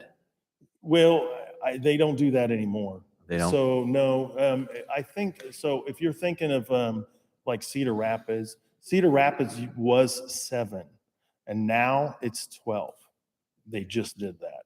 Okay, and so they did it, we always look at 11 or more as a study baseline because most of the place we go, it's 11 or more of the officers, right? That's kind of what we see. However you write your ordinance, whatever threshold, that is determined by the city, not by us. This is 100% your program. And a little bit of how the program works, it's going to be in your books as well. The department is full control of the program. So let's say individuals go through these school zones, and then there's citations within the system that's being sent. It's coming to our office. We actually review those citations through inlets, which is the same program that the police department. I just think uses. as a matter of scale that 10 over in a 25-mile-an-hour zone is different than 10 over in a 55-mile-an-hour zone. Yes, sir. You're absolutely right. Typically, it would be lower. You're absolutely right. Our company just puts a flat 11 on it for that particular reason. It's something where other states have minimums that are a lot lower than that. Correct. Is there any questions? Just to be clear, Jay, the city sets the threshold. If we want to set it at 4 miles an hour over, 7 over, or 25 over, it's ours. It's the city's to set. Yes, Yeah, sir. it's just to point out that if you look at the chart that I have up there right now, there was 1,664 speeder or, someone doing between 11 and 14. And that's significant in a school zone. Right. So and that's out of a total number of cars that went through of 14,000. Now, those 14,000, there's could have been some that are doing 6, 7 miles an hour over. Absolutely. So our police department wouldn't be reviewing the footage or mailing out the citations. They wouldn't be doing anything? Yes, they actually would. That's a really good question. Okay. So the answer is yes and no. Because there's 2 parts to that. So when the actual citations are uploaded, they are uploaded to our facility. And what we do is we run them through inlets and make sure that the registration matches and that we can actually get a good read on the tag. Then we crop images. We take the best ones and we put them together. We kind of do the pre-work, if you will. Once we're done with that, the batch gets ready and it notifies the police department. They'll get an email saying you're ready to review. So it comes back over here. So yes, one of your whoever is appointed to review those citations would review them from here. And then once they're reviewed, then they come back to us. They don't leave anywhere. They're stored in inlets. Everybody's tapping in through a CGIS controlled environment. And then once they are approved and they're ready to go, then they would come back over to us to get mailed out. And so we would do the mail and the collections of those. Is there a certain time frame that you're expecting those to be reviewed and then sent back to you? Yes, typically, that's another great question. Typically, we get them, we get them back the following day that we receive them. So we're going to give them 24 hours before we actually send them back over to be reviewed. It gives them time in case maybe they pulled somebody over and they wrote us a regular citation. So. And Seth, what's being proposed would be the cameras would only be operating on school days during school hours, correct? That's what we had talked about. Is Jay explained that we can set a time parameter on those cameras, and ultimately, that's a decision the council would need to make within the ordinance. Maybe on High Street, you decide you want to extend the hours because the park's right there. I don't know. That's a decision for you guys. I would recommend going a little outside of school hours just to cover some of the extracurricular activities because there's a lot of kids that walk to and from school, especially along High Street there, walking to the high school. But yeah, that's just details that would need discussed. Chief, do you think that you have the staffing to add this responsibility? Because I know your department is extremely busy and you're always shorthanded. So we are shorthanded. Mhm. We do have two in the academy now. They will be out and on their own as long as everything goes well from here on out. They should be on their own end of October, early November. So that will relieve some of that pressure. Another good thing about this program, not that anyone wants to talk about overtime because we are absolutely being hammered with overtime right now, is Jay explained that some of that cost can be recouped through their company. And I'm not sure, I haven't seen the time that it takes to approve these, so I'm not sure exactly what it's going to require until we kind of get into it. I don't know if we're going to have 100 citations to review a week or if we're going to have 5. I don't know. I just want to make sure that your department doesn't have a bunch of pressure on them and that you feel comfortable telling us that you don't have time for this or, just let us know. Sure. Do you know when you send your list, is it compatible with their software where their computer could potentially, let's say, they've already got a squad car pulled over. My license plate is SOG. So let's say they already pulled me over. I already got a ticket on that same day, 18-15 hours. You send that same thing over at 18-50 hours. SOG was clocked at 22 mile an hour in a 10 mile an hour zone, which we don't have those. Would the computers potentially automatically kick that one out? Hey, this is a double. That way, I'm not going to get a ticket twice. Yeah, so I got to get what you're saying. So there's a kind of a twofer on that. One of the reasons we don't send it out until the following days if they actually pull somebody over within that school zone. Anything outside of the school zone is not going to be understood. But in other words, they if they pull somebody over, I would assume that they're not probably going to be pulling individuals over in the school zone unless it's going to be something beyond speeding, but they get a chance to review that for quality control the following day, if that makes any sense. So that's why we do have a delay. Right. I was just curious if with the technology and computer systems we've got now, would some of that potentially be weeded out by the computer It systems? will not and I'll tell you why, because we're talking about two different complete systems. So they have a CAD system where they run I imagine you have a CAD system that runs all of what they're putting through. It's going to be separate. It's kind of like a closed system, right? This is a closed loop system. Everything we're doing is through one location. It's closed loop. It has nothing to do with what they're doing on the other hand. This program is meant to enhance what they're able to do in today's world. I go into departments all day long, and I can tell you they're all short-staffed. Everywhere I go, there's not a one that is not short-staffed, and so they're having a hard time doing proactive detail. And so this program has been a huge success in every state we've gone into because of today's policing. So This should probably assist them more than hinder, yes, like another person. So typically what we see In is those that zones.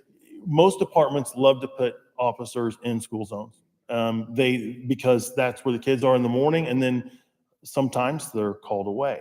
In today's world, from what I'm seeing, is staffing is short. Pick which ones you're going to do, and so this is very difficult to do.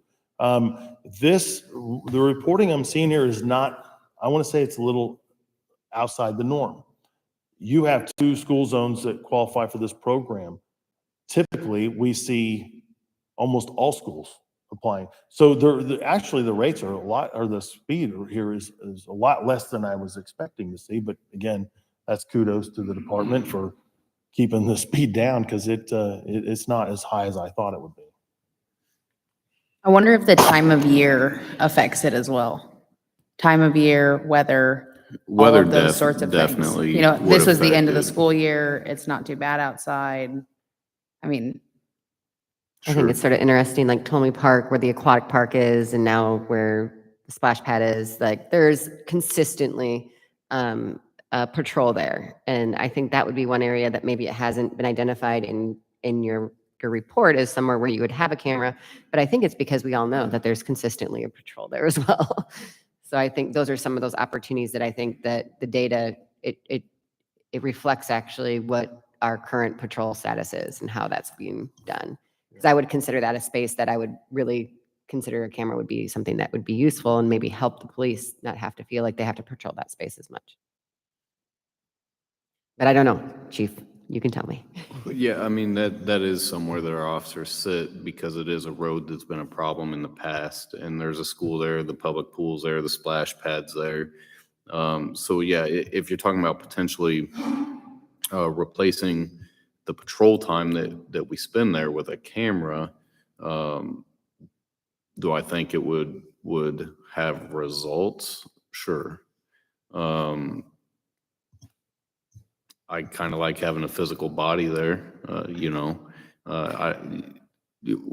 We shouldn't be replacing patrol with cameras with the idea of producing some revenue or whatever the case is. No, I understand what you're saying there too. I agree with that point as well. I would like to address Mr. Tillman's concerns with the duplicate tickets. I think that's what you're getting at, right? So the way our system works, when our officers write a citation, it's in electronic format now. It's in a system called Trax. The next morning, we review the physical tickets that are on the court board, but there's also an electronic version that we can search and look at. So with the time lapse between when we get the camera citations to when our officers would actually physically write the ticket, we would be able to cross-reference. Also, if somebody did get a duplicate ticket, I would hope that they would call the company and rebut the camera ticket and say, I already got a citation for this, and we could certainly take care of it at that point and wash that one out.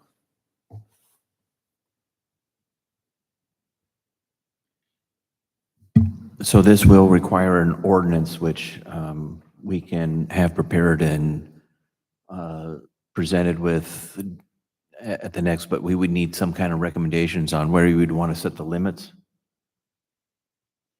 Can we have a conversation about that at the next workshop? I think I'd like to sort of think about it and talk a little bit more to some different entities about what that recommendation would be.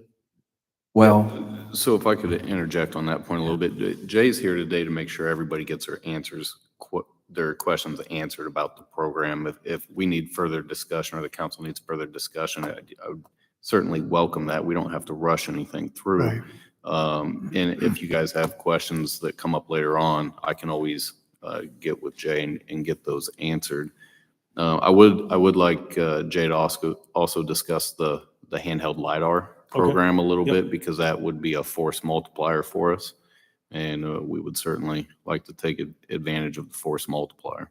Right.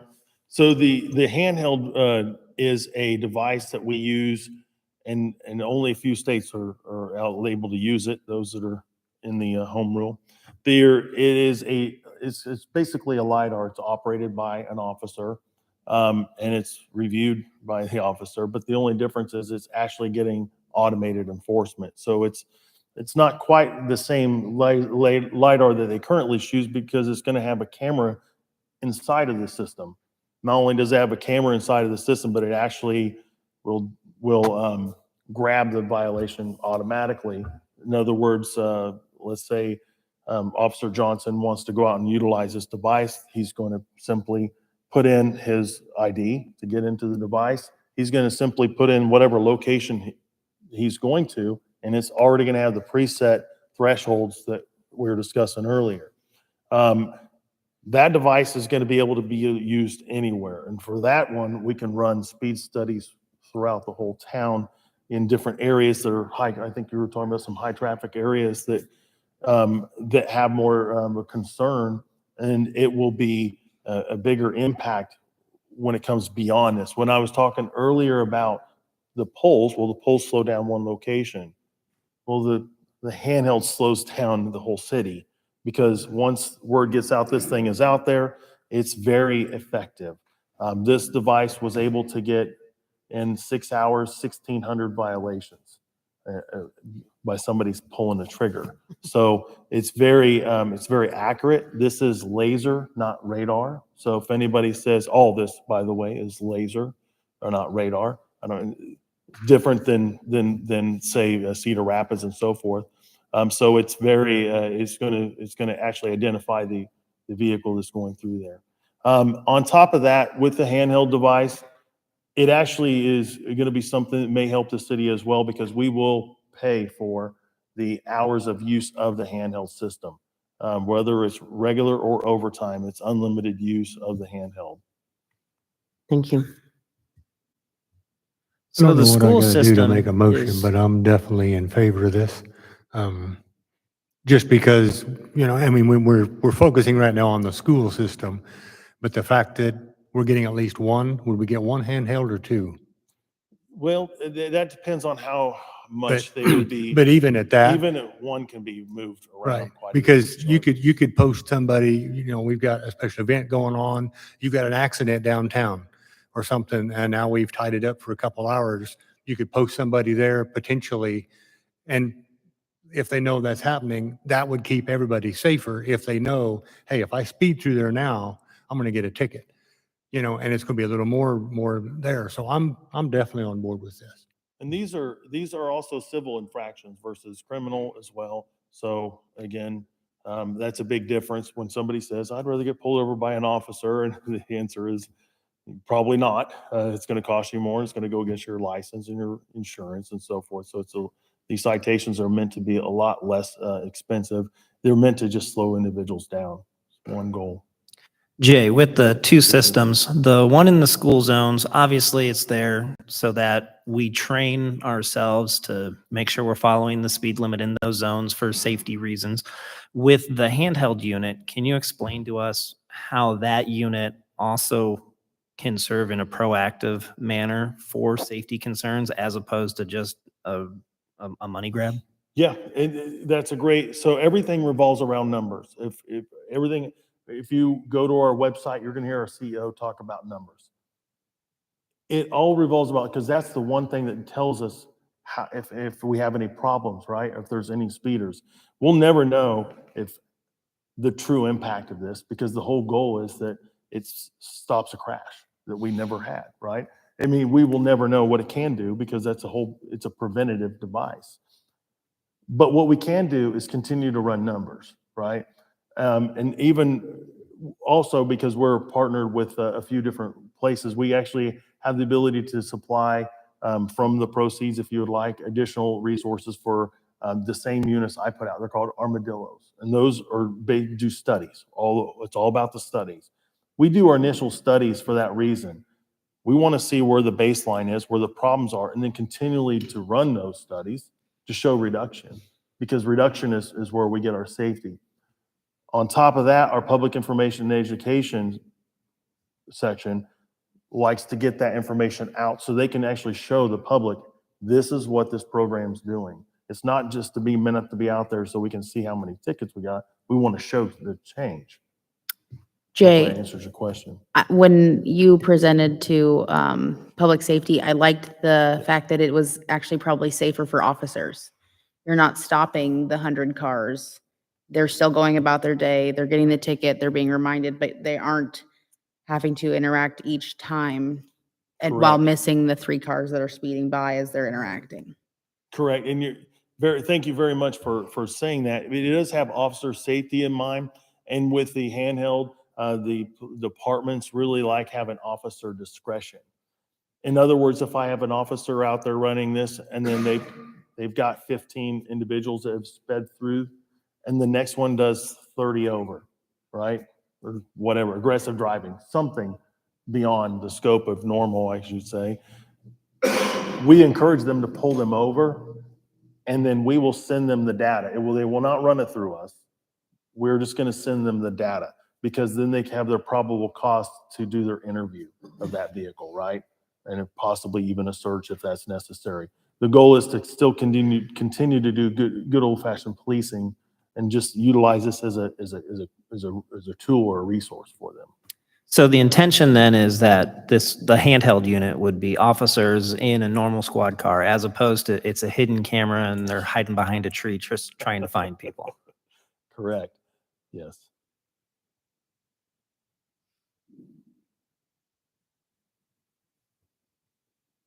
Any more questions? Well, I appreciate your time. I look forward to coming back. Thank you. Okay. Last but certainly not least, item number 2, Bristola presentation. I'll go ahead and introduce these guys, or at least the idea, and let them take it from there. With the recently completed cleaning of the 960,000 gallon anaerobic digester and the cleaning of its twin on the horizon, the city is poised to have a large amount of treatment capacity at the wastewater plant. Couple this with the possible modifications to the aerobic process suggested in the 2020 in our nutrient reduction strategy required by the EPA, and Keokuk is left with a highly marketable amount of treatment capacity. There are a few ways to take advantage of this asset, and to present one of these options is Bristola. Thank you, Tom. So, everybody, thank you. I'll try to keep it short and sweet. I know you've been here a while, so don't want to get into the weeds too much, but tonight we just want to kind of give a little overview of who I am, who Bristola is, who some of the people are that came with me tonight. So for starters, my name is Jared Burma, CEO of Bristola. I have Jeff Harkler and Senator Reichman with me here tonight. Jeff is lead investor of our company, and also another company that does a lot more development projects. Senator Reichman is the gentleman that introduced us to Tom and some other facilities here in town, kind of brought this to our attention. And so that's kind of how we got here tonight. So tonight, just going to walk through quick Bristola company overview, just so you guys kind of have a little background, who we are, what we do, why we're here. Like I said, Bristola, we're a technology and maintenance company. We believe in clean energy, green energy. I have a very strong passion for anaerobic digesters. Been in over 100 plus different anaerobic digesters in the course of 24 years. Prior to Bristola, I did land application, traditional digester cleaning, been to multiple wastewater facilities all across the United States, worked with large industrial clients to help them improve their wastewater facilities and really take advantage of the potential of their wastewater facility. In 2017, I was inside of a digester and they hadn't taken very good care of it. A lot of sediment in there and the sediment wall collapsed on us. So I made it my mission to kind of figure out a better way to take care of liquid storage tanks. We specialize in a zero entry, confined space with an ROV into liquid storage tanks for all types of liquid storage tanks. We recently have started working into helping digesters and these liquid storage tanks operate and perform at a higher value. And recently, with the new credits that the government has put out, you now are able to commingle biosolids with food waste, so we can keep food waste out of landfills. We can use the biosolids that's going into the wastewater plant, bring them together, and have the potential to make enough energy to make a viable solution to inject into the pipeline. Now, it's not a new concept, anaerobic digestion, but if you see on page 6, there's 16,000 approximately wastewater treatment plants in the United States, and only 1,200 of them are using anaerobic digestion. I feel that number is going to drastically change quickly now that there's incentive to do so. And of those 1,200, only 870 are actually utilizing the gas they generate. Most are flaring it, which is a complete waste of money. I mean, you're just flaring money out, $100 bills out the window. So with the new ruling in our technology, in my experience, we're looking for people to help, facilities to help, wastewater treatment facilities to help, industrial companies to help capture that potential and generate green electricity for the community and surrounding areas. A little bit on anaerobic digesters on page 7, if you guys are familiar with them or not. There's inputs manure, waste, food waste, fat oils and greases that go in. They need, sometimes they need additive, they need liquefied with water. Then you have a mixing and a digestion time. And that's where a lot of wastewater facilities, industrial facilities fail, is because we're utilizing them more of a storage tank instead of a mixing and digestion tank, because it takes approximately 20 days. So anything that goes in today shouldn't be coming out for 15 to 20 days to give it enough time to kill the pathogens, reduce the vector, which is odor, so we don't smell it. And then the pathogens.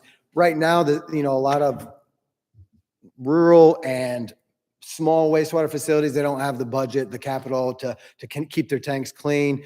And quite frankly, a lot of large facilities don't either. So they're just letting them, their biosolid's coming in today and it's going out tomorrow. And then they're going, oh man, now we got to treat it. We got to do all this with chemicals and spend more money to process it. So I think anaerobic digestion is a great option, and utilized properly can generate revenue.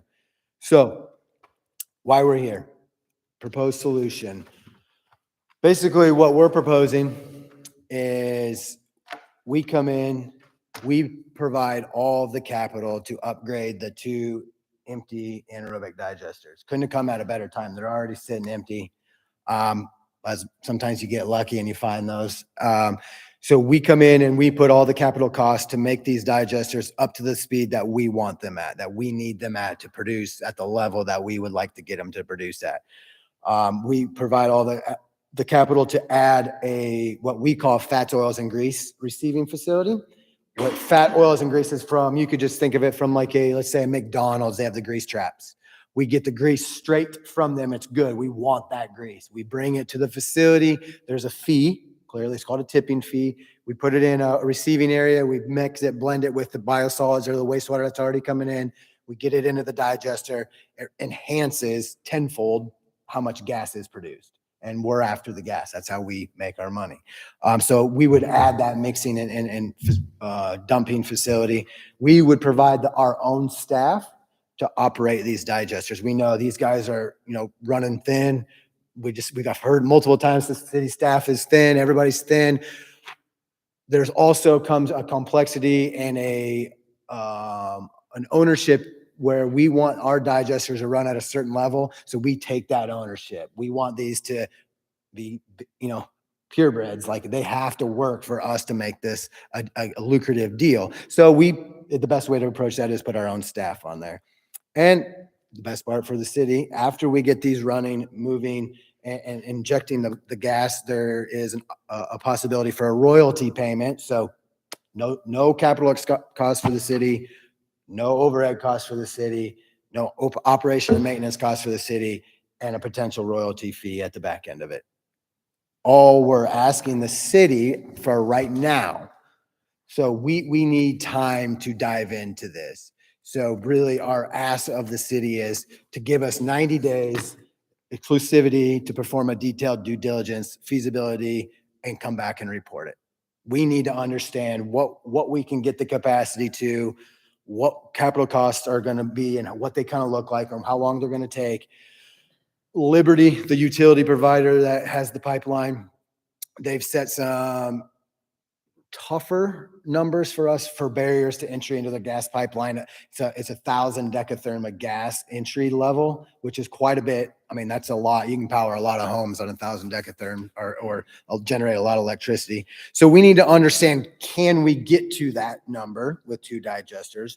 How much material can we get addition to what's already being into the city, and what that kind of looks like? And then, basically put a full proposal together on a financial feasibility, the construction feasibility, the operation feasibility, and make sure it makes sense from our standpoint. Make sure, it makes sense from your guys' standpoint, and see if we can come to some kind of agreement for us to do that. That's that's really all we're asking for tonight, or for the first step. That's the first step of the whole thing is, can we get 90 days where we don't have a larger company come in and they catch wind of what we're doing and they have deeper, faster pockets and they take the project from us. We just don't want to put the overhead and the time and energy into studying the project and then lose it when we haven't had time to present it. And honestly, it's great for the city. It's great for the community, and surrounding areas. It's a renewable energy growth project, creating green jobs, environmentally sustainable, and it puts Iowa and Keokuk individually at the forefront of utilizing gas for green energy production. That's really all I have. With that, obviously we want to open it up to questions, comments, concerns. Obviously, like I said, we're not pitching the entire project right now. We're asking for a 90-day due diligence window. I have two questions. Yes, ma'am. What does it do for the staff down there during this time? They would provide staffing, and there's going to be oversight by our staff as well. We know how these digesters work, piping, things like that, but that's one of the things we'd have to iron out too. There's a lot of things that we need to look at, and that's just one of them. So I'm assuming that would be part of the feasibility study as any sort of Right. expenses or costs that would go into staffing to help I'm just facilitate this. thinking, what do our guys do What do our If- guys do? if they're running that part? Does, what No, they're, if what they're they asking, do. does it alleviate Would it or free up staff? reduce the amount of work of Yes. what our guys would be? I That's my don't worry. know. Right now, there's a person that's got to be running the dewatering process, the press. We'd still have sludge going out. We would want that. I'm sorry, what? We would want the dewatering. You would want the Yeah, because dewatering. our overall goal, how we're gonna make money is we are gonna look at how to get that in a more financially viable solution. So we can make some money off of that. So we want like anything that's going in, we can keep it separated.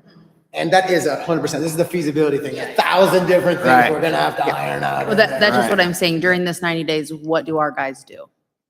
Well, one of the things that we can look at is there's two different types of anaerobic digestion. One is a thermophilic and one is a mesophilic. We have the two different digesters to where we could have one do the mesophilic, which would be the basic digestion, produce a lot of gas, and then it could be transferred, flowed into the thermophilic and achieve a greater degree of digestion. And that would put it up to a level A, biosolids, that would be highly marketable in the way of fertilizer. And it would be basically be disinfected at that point. So that's something else that. Roz, are you more asking? I want to make sure So that, your staff's has to continue day-to-day operations for this 90 days. She's just asking, I want to make sure that no one is losing what they're supposed to be doing. right? Oh, well, so. We're not as- displacing workers. Yes. But as Oh, no, a we reminder, won't. we are operating with one less person down there right now because of funds. So I don't think that this would take away from anything, that it wouldn't be a reduction in positions. Right. When Jared says that we're short-staffed, he's right.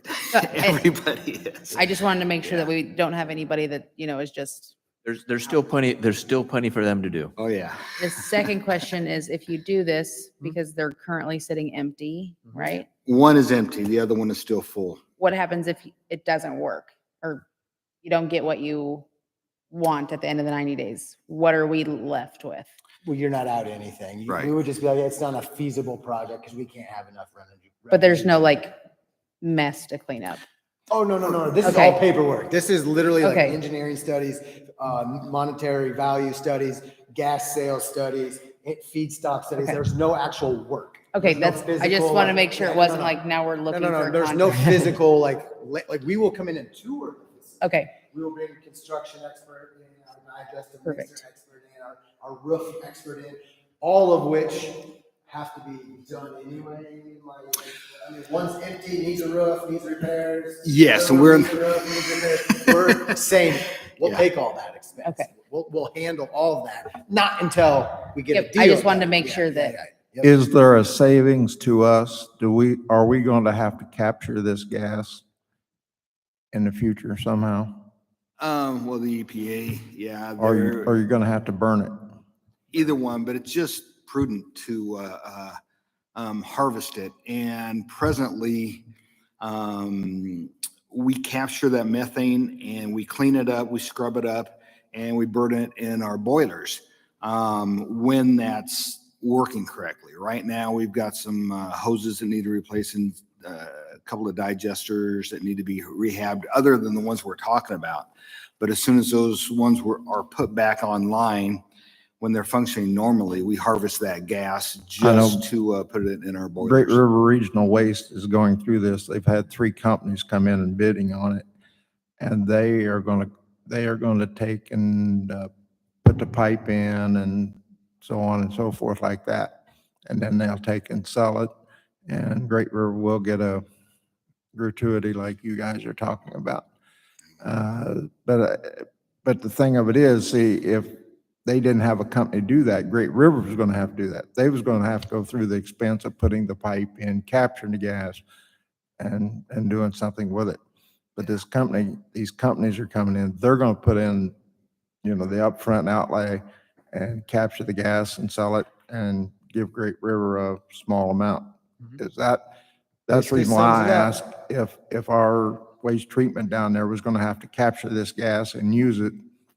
I don't think they're going to get would there be an mandated. outlay from I don't us? think you'll be mandated from a municipality standpoint to do that, but we feel it's a lost opportunity. It's kind of like you're just wasting it. It's not, and it helps alleviate some of the pains that the wastewater treatment plant is feeling. So from a cost standpoint, yeah, you're actually going to save. What was the quote to clean one out, upgrade one? You guys have like 700,000 We budgeted just- or something for 2 of them.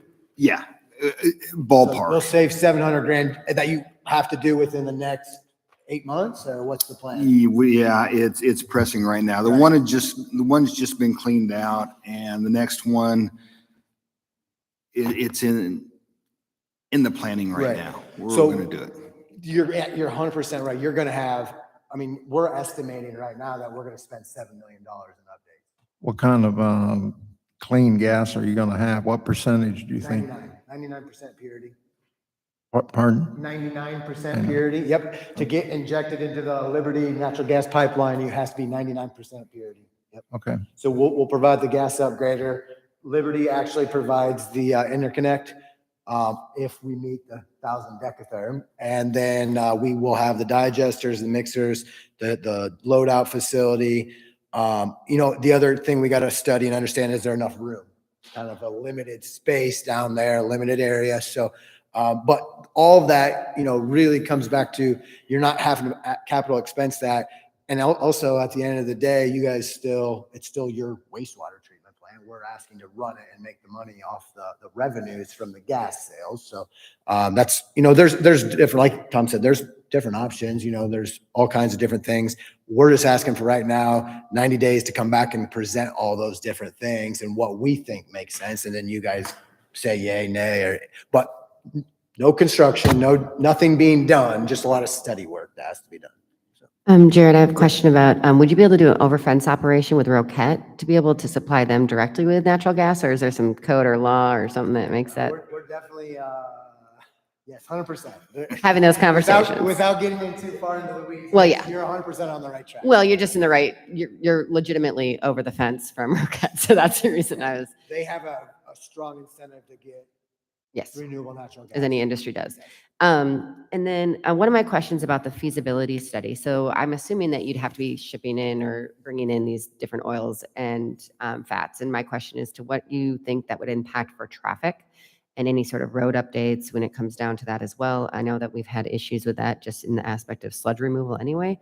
So I was just curious if that's going to be part of that feasibility study, like a truck route.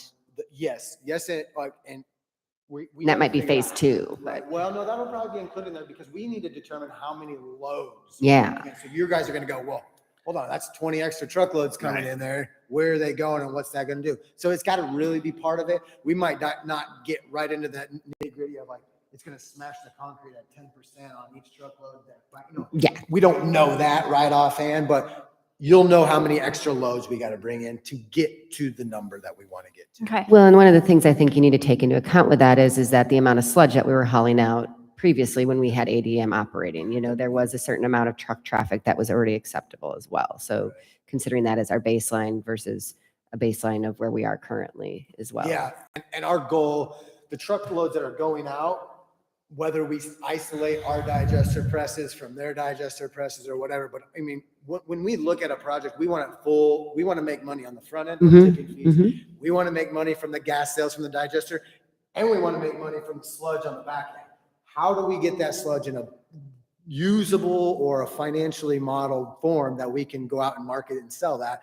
We have a few ideas that we think we could come up with, and then that alleviates any trucks carrying sludge out on the road. Now it's going to be organic fertilizer or a fertilizer, and it's being sold different rules and works through IDOLs then if we license it as a fertilizer. So there's different advantages to making sure that product's good. But I mean, let's be honest, we're looking at it from a cash standpoint. We want to make money. Yep. We want money so we can then royalty payment back to the city. That's our whole goal. That's our I think business. that's one of the things that from our perspectives, we want to make sure that we're looking at if there's going to be capital expenditures required to update roads for certain load amounts, things like that. And also understanding the traffic studies that perhaps would, I mean, any sort of traffic increases, things like that, just because that is a bottleneck in a certain aspect down there. And so we want to make sure that we are ourselves as a city prepared to know what that is. But I appreciate it. I think it's a great idea. Excellent. Excellent way to use something that we aren't capturing right now. And I feel confident in allowing the 90 days for you guys to do that study as well. So, Thank you. Any other questions? No? Good. All right. Thank you, guys. Enjoy your Thank evening. you. Thank Thank you you. very much. With all that being said and done, we can go home.